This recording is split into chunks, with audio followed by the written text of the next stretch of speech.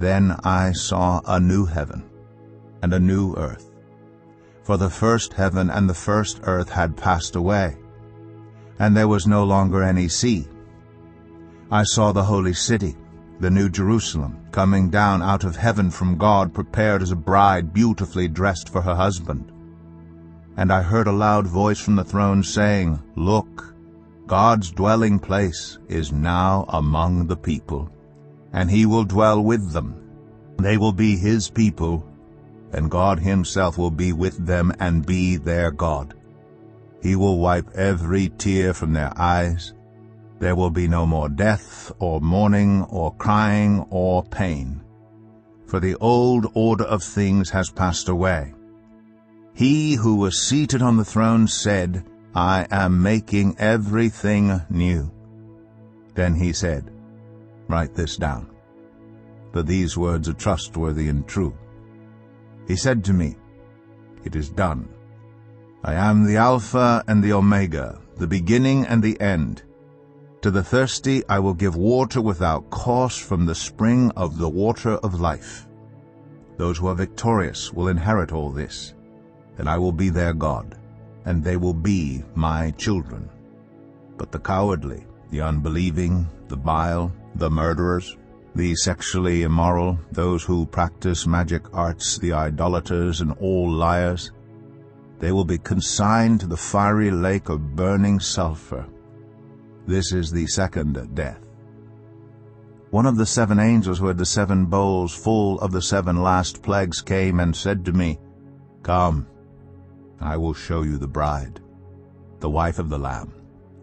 And he carried me away in the Spirit to a mountain great and high, and showed me the holy city, Jerusalem, coming down out of heaven from God.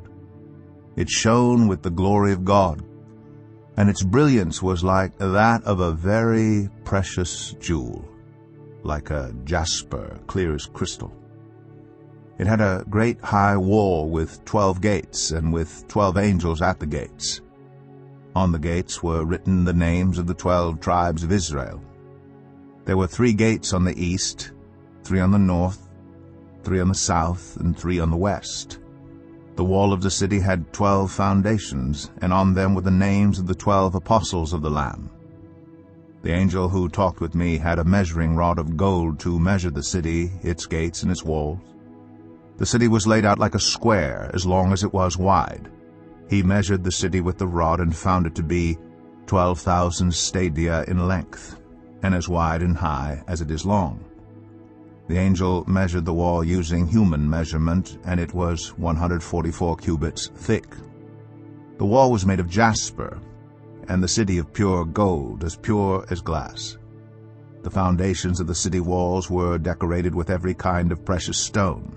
The first foundation was jasper, the second sapphire, the third agate, the fourth emerald, the fifth onyx, the sixth ruby, the seventh chrysolite, the eighth beryl, the 9th topaz, the 10th turquoise, the 11th jacinth, and the 12th amethyst. The 12 gates were 12 pearls, each gate made of a single pearl. The great street of the city was of gold, as pure as transparent glass. I did not see a temple in the city, because the Lord God Almighty and the Lamb are its temple. The city does not need the sun or the moon to shine on it, for the glory of God gives it light, and the Lamb is its lamp. The nations will walk by its light, and the kings of the earth will bring their splendor into it. On no day will its gates ever be shut, for there will be no night there. The glory and honor of the nations will be brought into it. Nothing impure will ever enter it, nor will anyone who does what is shameful or deceitful, but only those whose names are written in the Lamb's book of life.